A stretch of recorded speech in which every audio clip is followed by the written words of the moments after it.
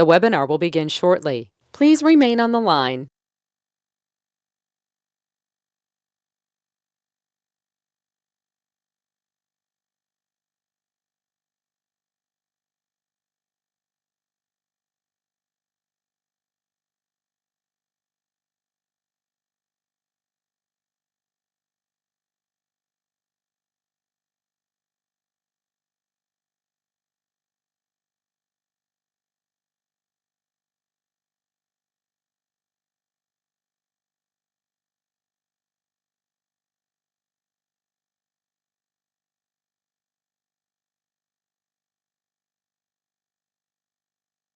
The webinar will begin shortly. Please remain on the line.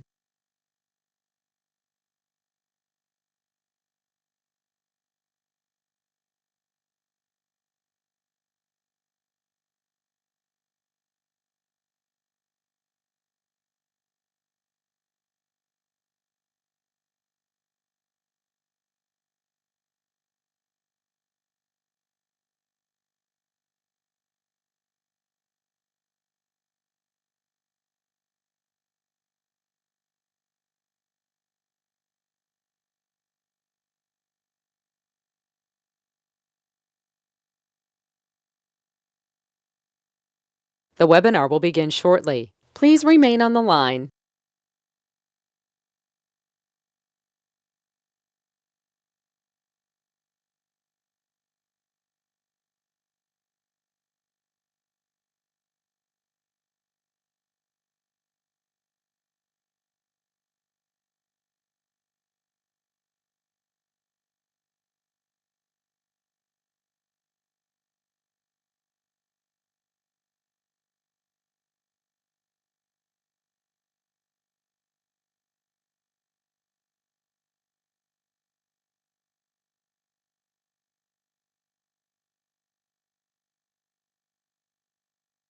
The webinar will begin shortly. Please remain on the line.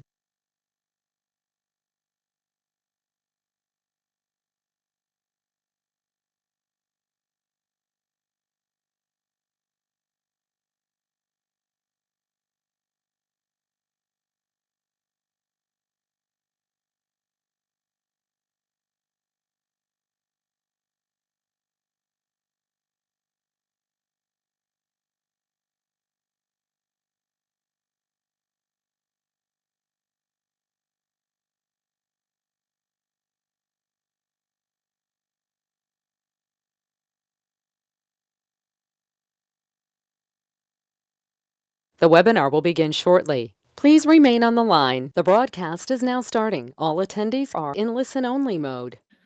Good morning. It is 9:00 a.m. on Friday, November 20th, 2020, and this is a virtual hearing at the City of Westminster for the purpose of conducting a protest hearing on the recalls of Mayor Herb Atchison, Mayor Pro Tem Anita Seitz, and Council members Catherine Sully and John Voles. My name is Karen Goldman, and I've been appointed by the Westminster City Council to serve as the administrative hearing officer for these recall protests. And I am reading from a document, an introduction.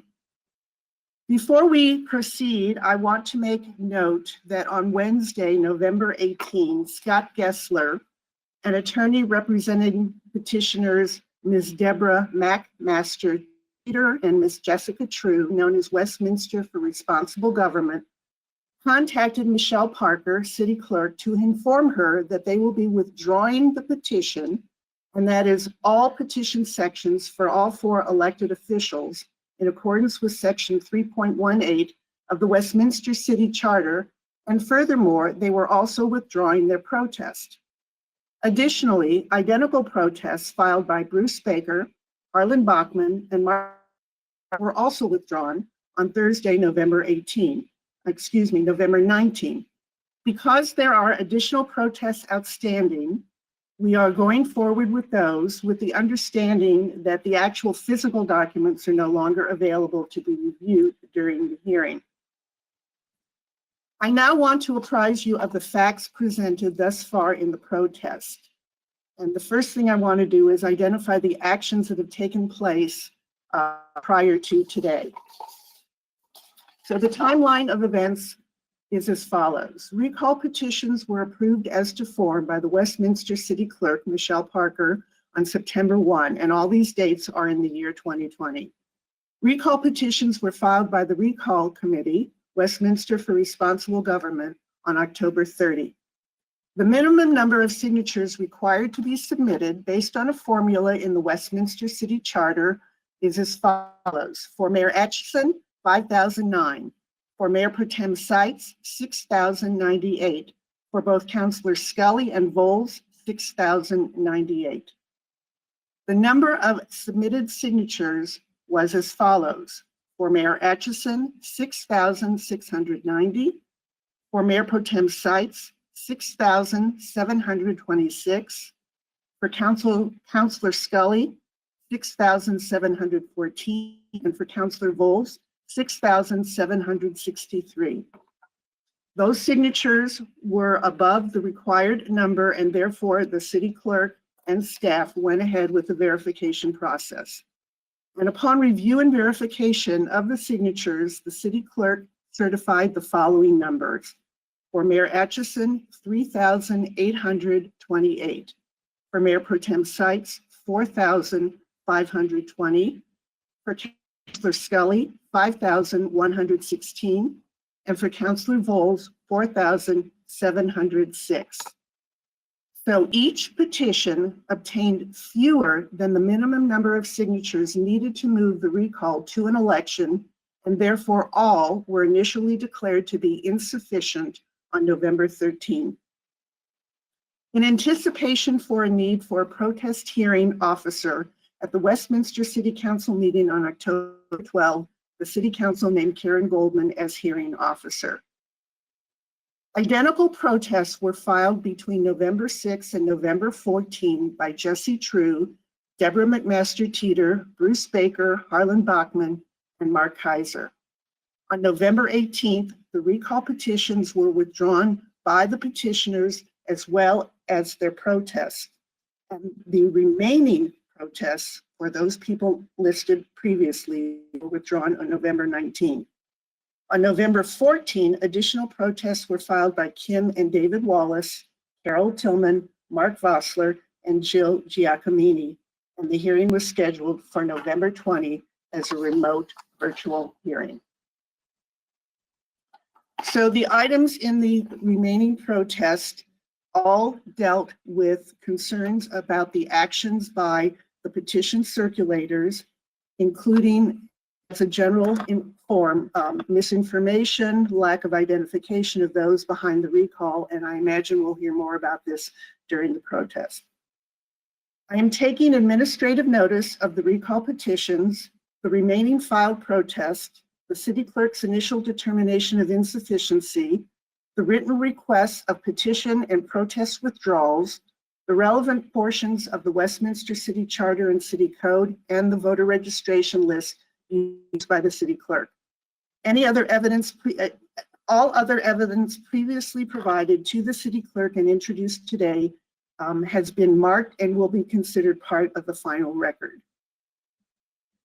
The only protests still eligible for consideration in this hearing were filed by Kim B. and David A. Wallace, Carol Tillman, Mark Vossler, and Jill Giacomini on November 14th. Therefore, they will be the only items that we will discuss in this hearing.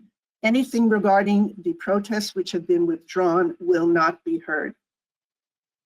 So now let's talk about how we're going to proceed. And what I want to let you know is these procedures that we are going to follow are the procedures that I have used in every hearing that I have ever been a part of, and I have been a part of several hearings. So the only difference between hearings pre-pandemic and hearings now is that this one is being held remotely. So the protesters will be able to present information and previously provided evidence regarding the protest. The persons subject to recall, the elected officials who are present, will have the opportunity to question the protesters, and I, as the hearing officer, will also be able to question them. I did not see that there were any legal representatives for any of the protesters. If I'm incorrect, will please let me know. All testimony will be done under oath.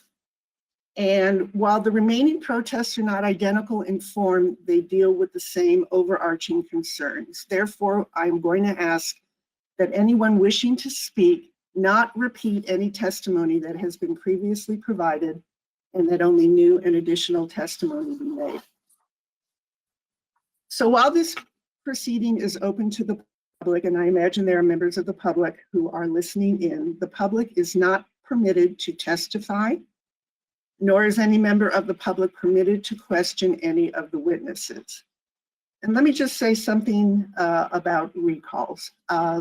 They can, by their very nature, be very contentious. They're also very personal, both to the person subject to recall and to those seeking it, and to the citizens at large.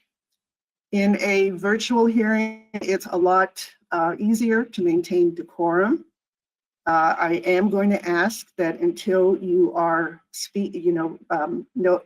until I have notified you that you can speak, that you remain quiet, that you keep your audio off. I think we will mute you from our point. And I also want to state that while I usually allow a wide range of testimony, I have the discretion to determine which testimony is related to the protest and which testimony will be relevant to my findings, and that anything that runs wide of the items listed in the protest will not be permitted. So if there are no questions about anything I've laid out here, I'd like to call on Ms. Kim Wallace for her presentation. Ms. Wallace, if you will get on your camera, and there you are, and please, so I'm going to ask that you raise your right hand. Okay, All right, do you swear that the testimony you're about to give shall be the truth, the whole truth, and nothing but the truth?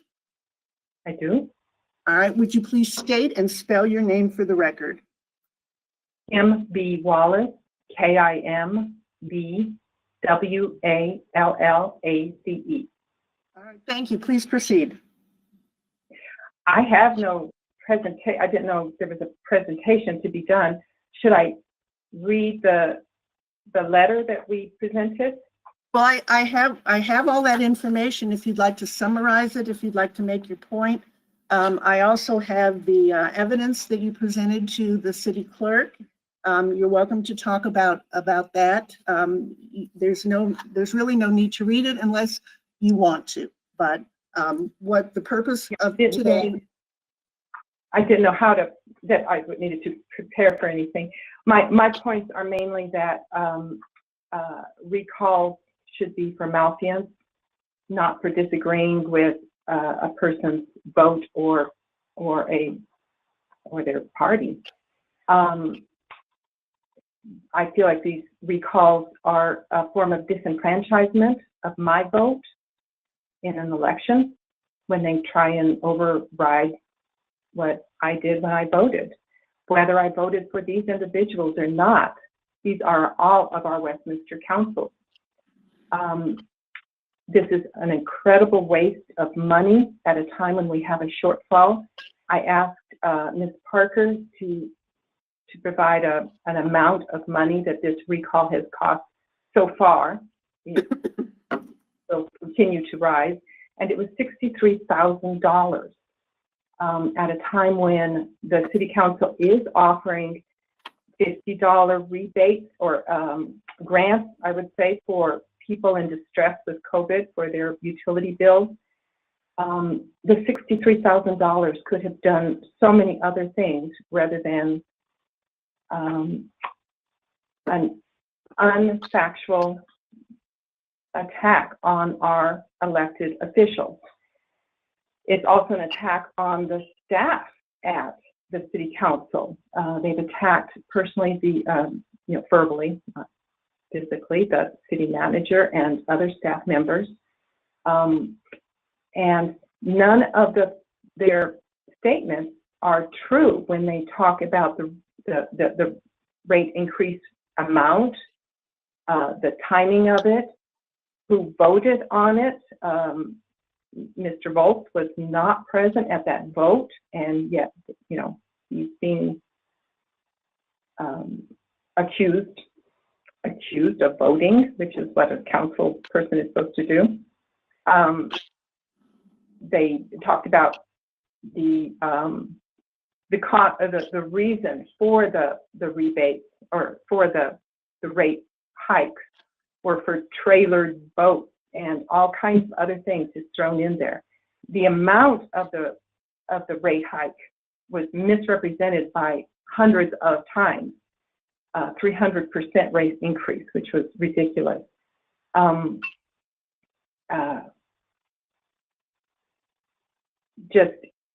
were so many facts that they had wrong. And some of the personal attacks they've made against these council people and mayor amount to libel, slander, whether it's written or spoken, which should have consequences. And I feel like that's what I am protesting, that they can run a recall that causes me to be disenfranchised, costs me as a taxpayer money, and libel and slanders council people, and yet there are no repercussions for them. I feel like that needs to be protested. Okay. Let me finish writing, and then I have a couple of questions for you. Okay.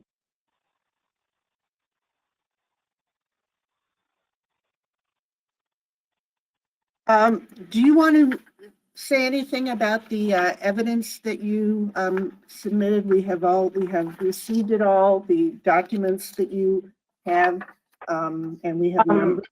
Do you want to talk about? I want to give you a chance to talk about that if you wish to.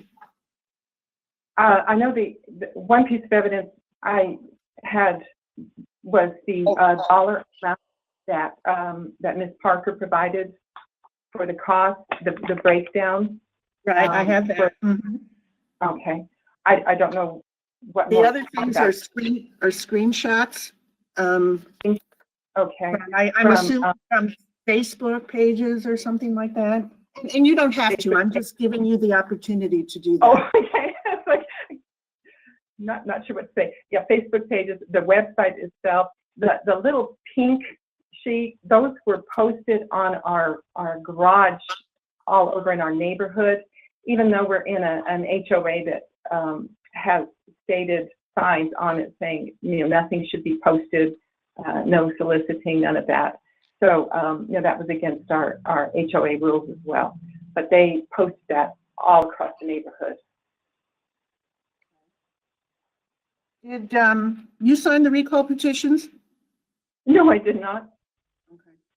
Okay. And I'm just curious, why did you not sign the petitions? The recall? Why I did not sign the recall? Because it was false. Because I believe that our council or any elected official is elected for their entire term unless they do something criminal. I don't agree with every one of their votes, and that is the nature of a democracy. And were you aware, and you were aware that the petitions were for a recall, is that correct? Not all of them were stated clearly that way. Often they just said, sign this to lower your water rate. And it was kind of hidden information that was actually for a recall. Did you know though that the petitions were for recall? Did you I know knew that? it. Yeah. Mainly from other pieces of information, but are you aware that the petitions were all declared to be insufficient? Only as this week has evolved, and we've been getting more and more information. Okay. All right. I'm going to give any of the elected officials who are attending an opportunity to ask questions regarding Ms. Wallace's testimony. If anybody wishes to do that, You can turn on your camera and your microphone, and we'll identify you and swear you in. Does anyone wish to ask any questions of Ms. Wallace? Doesn't look like it. Okay, Ms. Wallace, thank you very much. Appreciate it. You did quite well. Thank you for not being prepared. Surprisingly stressful. As I understand. Okay, Mr. Wallace. Yes. You want to go ahead and turn on your camera? I hear you. Okay. All right. Okay. Would you raise your right hand, please? Do you swear that the testimony you're about to give shall be the truth, the whole truth, and nothing but the truth? I do.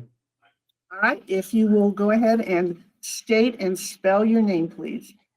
David A. Wallace. That's DAVID AWALLACE. All right. Please proceed. Okay. Well, the quick preface. I first became aware of the issues surrounding the water rate increases when I attended a caucus back in whenever they were March, just as COVID was hitting, and it was about the last public thing we did. And I wound up talking with an individual whose name I can't remember, and started getting a rundown from their perspective. And I was disappointed that what this person was relating just didn't seem to be consistent with what I'd heard. In particular, there were claims of corruption on behalf of the city council and certain city councilors in particular. So I became more aware of the issues surrounding the water rate increase. And I had a conversation with Ms. Seitz and with the city manager to try to understand more about what was driving it and what the basis was for the rate increase. And so as through the summer, I got a little bit more educated as to what was going on, and I did try to attend or be aware of some of the meetings that were held in place. So I felt comfortable with the rationale behind the rate increases. So when I became aware of the push for a recall, I took some time and stopped by one of the recall booths on 92nd. And I don't remember the name of the street, but it's near a liquor store on 92nd by Costco.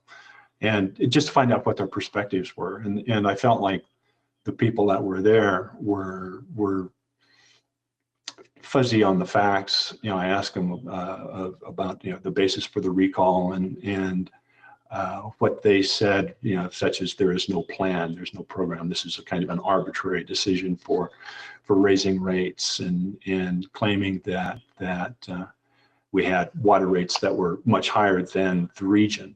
And I knew that not to be true. All I got was some anecdotal evidence from one of the petitioners to stating that their family member had an exorbitantly high water rate. Or they had a much lower bill, in Broomfield than they would have comparably here in Westminster. And to me, there's a whole plethora of issues around comparing one municipality against another in terms of how they manage their water and such. So I was uncomfortable with that. And since you'd asked the question previously, I did not sign the petition and became concerned over the process that was evolving. So I reached out to the Water Warriors Facebook page, and it says, I'm interested in information and a basis for the effort. And I was aware it was a recall, but I questioned the merits, the basis for the recall, especially surrounding it being a water rate increase issue. And so in a series of exchanges via Messenger on Facebook, I got a reference to a Ballotpedia notice of a recall stating that Westminster had increased their rates in this year, 2020, which the city council, of course, declined to implement any water rate increases due to the pandemic and all of the financial issues that came around. They also shared a video from the local CBS 4 station where the in an edited video, the speaker, the reporter said that Westminster has the most expensive water rates in the Front Range, and based on the documents that I've seen, admittedly provided by the city, that's not true.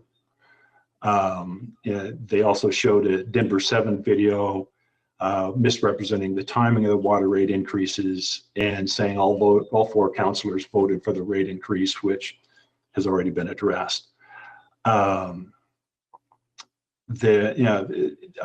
could list several others, but the fundamental message from the Facebook page and the messages that I got just were not consistent with what I understand to be true regarding the timing of the water rate increases, those who participated in it. And what's more, the moderator of this Facebook page, at least the last time I looked at it in any detail with more time than I had this morning, which was last Saturday, they were kind of all over the map in terms of claiming that this was a water rate based recall, and then they had a whole bunch of posts from various people claiming corruption, malfeasance. I should backtrack. One of the messages that I got through Facebook, the Facebook Messenger, was blasting the city manager for having a residence out of state and not having to live with the consequences of the decisions being made in Westminster, and attacking his credentials. Again, from what I understand, there's a lot of experience and whatnot with the city manager that didn't seem appropriate. So I was concerned that the Facebook page was misrepresenting things, and that was a tool that the recall folks were using to spread the word. And in so doing, the fact that they allowed what appeared to be inaccurate information to remain on the page, and false claims such as corruption or unproven claims of corruption just seemed inappropriate. So that's kind of maybe an overly long summary of my familiarity with the situation and why I filed a protest. Thank you. If you could, in 1 or 2 short sentences, describe your... We've clearly not met, have we? No, I appreciate all the details, seriously. But if you could describe in maybe 1 or 2 sentences, your main concern regarding everything you've said, how would you describe it? Fundamentally, I believe that the water recall is and the reasons for it are not well-founded in fact, and I feel like the organization as a whole, however you describe the Water Warriors and the various players behind it, just glossed over some of the details. And in the soundbite world, you took advantage of very short bits of information without really completely presenting a full picture of the situation. Just as when they, I can't remember which one it was, but one of the videos that they posted was clearly edited and shortened to not give a complete context for the decisions that were being made. So, okay. Are you also aware that all the petitions have been deemed to be insufficient? Yes. Let's see, I had another. While I'm just going to ask that. Do you have any comments that you want to make about any of the evidence that was presented? No, not really. Yeah, I take that back. I do have the little pink thingy here. Oh, the pink thing. Okay. Yeah, and again, it's making a claim that at least with regard to the HOA that we're in, saying it's going to increase the HOA fees. That's definitely does not apply to this. My HOAs, because we have our own water supply and water shares that come from the Highline Canal and all that, such that that at least from the standpoint of water rates and their impact on the HOA as a whole, that doesn't apply. Now, for those that have rentals in this area, you know, increased water rates might impact them, but in my case, that doesn't apply. Okay. And so what you've expressed today is your opinion. It's not is it the opinion of people you've spoken with? I mean, or is it primarily, this is based upon your research and all that other kind of? Well, all of the stuff that I've mentioned, and I cut it short, which I'm sure you appreciate, is from the exchanges that I had with the water warriors through messaging on Facebook, and my conversations with the petitioners, you know, on 92nd Street, and only, you know, I didn't go into any detail with into the conversation I had with the person at the caucus earlier this year that first raised the alarm for me, where this individual was relating claims by a pretty visible participant in this recall. And I'm going to avoid using the names unless you force me to bring them up. But this person was relating claims by one of the founders or of this organization filing a petition. He was making claims that just weren't right and haven't even been proven. And so that's why I didn't go into detail. So all of what I presented is based on the conversations either with individuals or in the Facebook exchange. Thank you. All right, thank you. Do any of the elected officials present wish to, Mr. Volz, yes. And let me, before you say anything, let me also swear you in. So if you'll raise your right hand, do you swear that the statement you're about to give shall be the truth, the whole truth, and nothing but the truth? I do. Thank you. Go right ahead. Thank you, Ms. Goodman. And Goldman. Goldman. Sorry, Goldman. That's all right. Better than your honor. Yeah, I know, right. Thank you, Mr. Wallace, for being here and participating in this important hearing. One question, you had mentioned that they were not accurate and not correct and honest in their details. They were, and one of those claims was that 4 council members voted in favor of water rate hikes, and they presented that as a public set of testimony that they put out to the public through written and verbal and also video that I think you received. Is that correct? That you, and the reason I'm asking that is because I never voted for a water rate. The council that did, I cast no aspersions. They did what they did based on the facts they had at the time, the details presented and the recommendations by staff, and they took the appropriate actions that they thought at the time. However, that happened in 2018. I was appointed to the city council in January of 2019. So I obviously could not have voted for that. Did you have information sent to you by Westminster Water Warriors that stated that I voted in favor of it, or that indicated that I voted in favor of water rate hikes? Right off the top of my head, I don't remember if that was part of Water Warriors information that I have, and I'd be happy to go back and look it up and see if it was there that I heard of that, or if I learned that through other conversations, either with the city manager or somebody else. I'm not 100% clear where I heard that you had not voted on any of that, but I did hear that newer city council members who had not participated in the original vote on that were lumped in with the rest of the recall targets, if you will.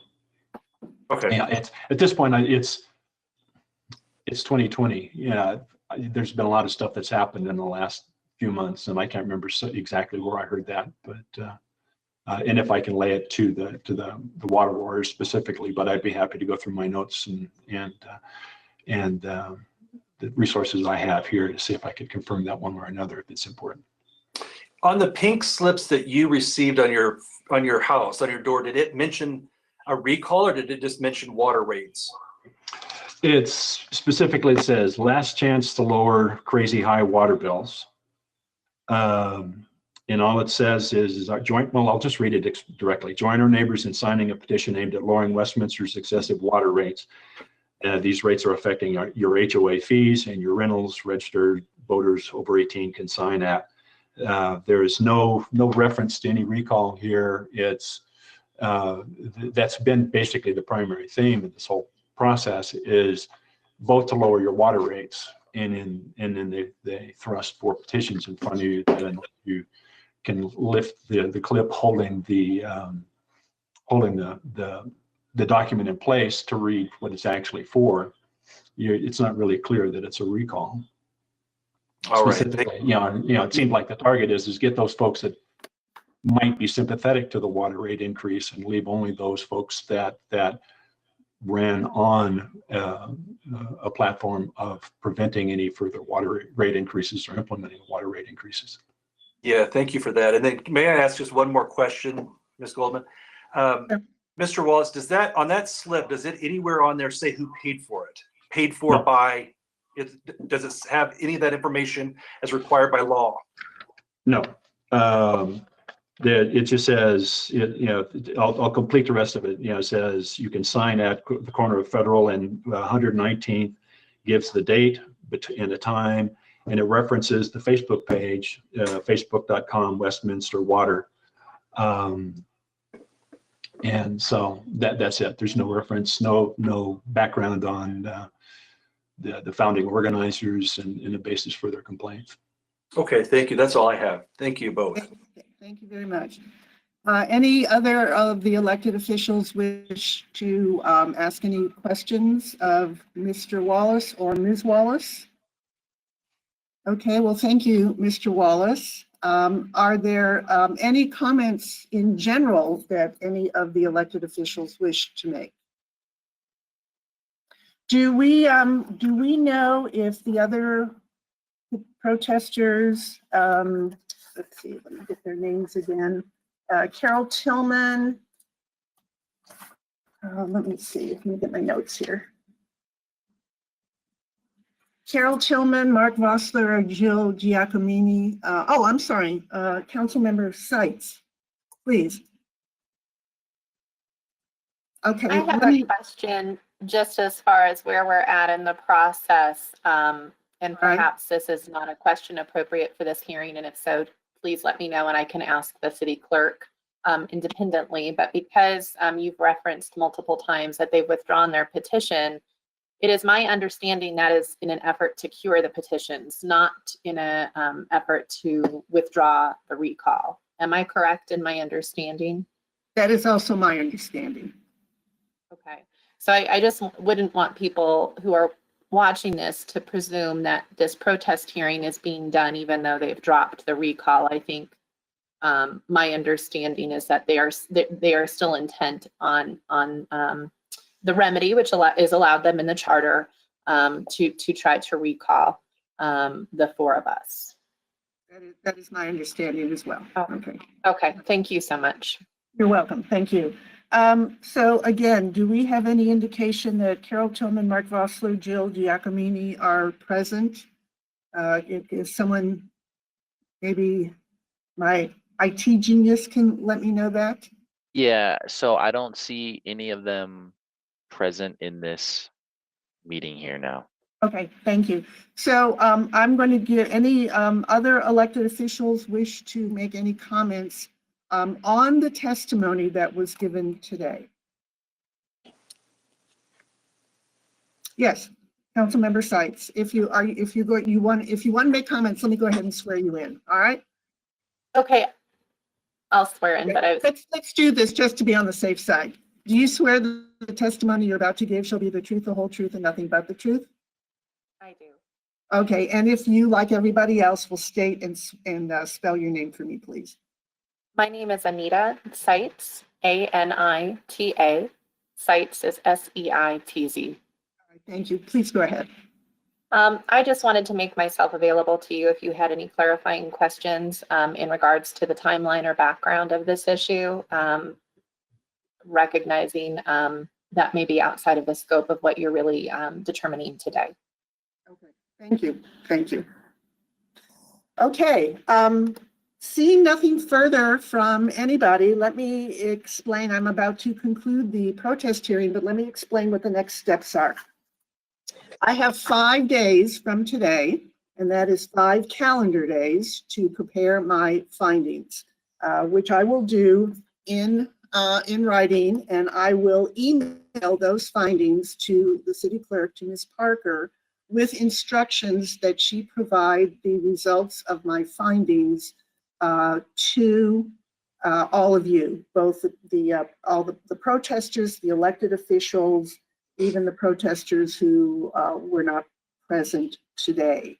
And so 5 days, so Saturday, Sunday, Monday, so no later than Wednesday by close of business will that information be available. Then I will send a hard copy, a paper copy of the information of what I have determined to her. And then as Ms. Seitz indicated, I believe the intent of the petitioners is to file amended petitions with the city clerk. That's sort of beyond the scope of what's going on today, but that information can probably be obtained from the city of Westminster itself. So seeing that, it is 9:38 in the morning, and seeing nothing further, I want to thank everybody for attending, the Wallaces for their testimony, and this hearing is concluded.